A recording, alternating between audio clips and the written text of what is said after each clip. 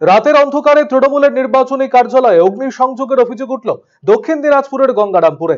বালুরঘাট লোকসভা কেন্দ্রে তৃণমূল প্রার্থী বিপ্লব মিত্রের সমর্থনে গঙ্গারামপুর ব্লকের অশোকগ্রাম অঞ্চলের কাশেম মোড় এলাকায় তৈরি নির্বাচনী কার্যালয়ে রাতের অন্ধকারে আগুন লাগিয়ে দেয় কে বা কারা।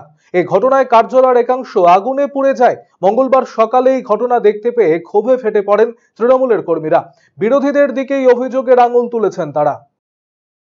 আমি কে বা কাহারা রাত্রির অন্ধকারে কার্যালয়টা ভাঙচুর করেছে। আচ্ছা, ভাঙচুর করেছে। তো আপনি ঘটনাস্থলে কি দেখলেন? আমি ঘটনাস্থলে দেখি যে সত্যি তাই। আমাদের কার্যালয়ের কাশিম মোড় বাজারে এসে দেখতেছি যে কার্যালয়টা ভাঙচুর করেছে। কি কি কি কি আমাদের যে ওই যে কাপড়ের যে কাপড়ের যে ইয়াগুলো ছিল ওই মানে ছিঁড়ে দিয়েছে, এবং আমাদের যে প্রার্থীর ব্যানার, সেই ব্যানারটাকেও ছিঁড়ে ফেলে দিয়েছে।